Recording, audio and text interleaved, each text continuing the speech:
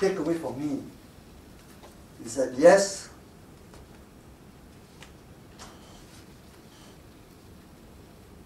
there is a case to be made, for freeing up the space, but is this a valid concern that the American newspaper has raised?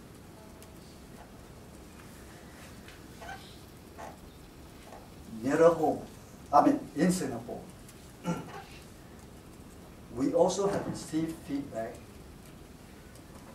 from members of the public who do not quite agree with the school that says, throw away the restrictions. Have a free for all.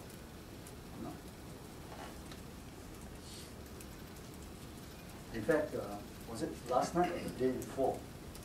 Some of us met some of the people who did send us email feedback. And they argued, in fact, one woman, she's a lawyer, told us that, look, hey, actually, as far as I'm concerned, the status quo is fine. The status quo is fine.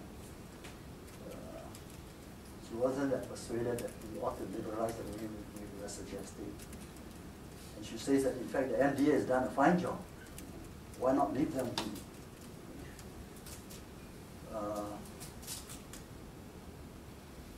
And they are of the view that an unrestricted cyberspace is not in their interest.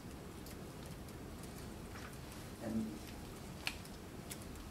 one of those, I think I mentioned this when we had our press conference some weeks ago. One of those who were arguing that corner, this is a guy from Sengkang East. You might have heard me talk about this guy. After the report came out and we started receiving feedback from various people, this guy sent us an email. Sorry, this was before our report was published. This guy sent us an email to say that, look, he recognizes that the internet is a valuable site for alternative information flows. I'm just quoting him. The internet can degenerate into a forum which purveys innuendo and misinformation, and a channel for inciting hatred against those who espouse views some netizens may not like. It says that such methods of intimidation undermine democracy and free speech.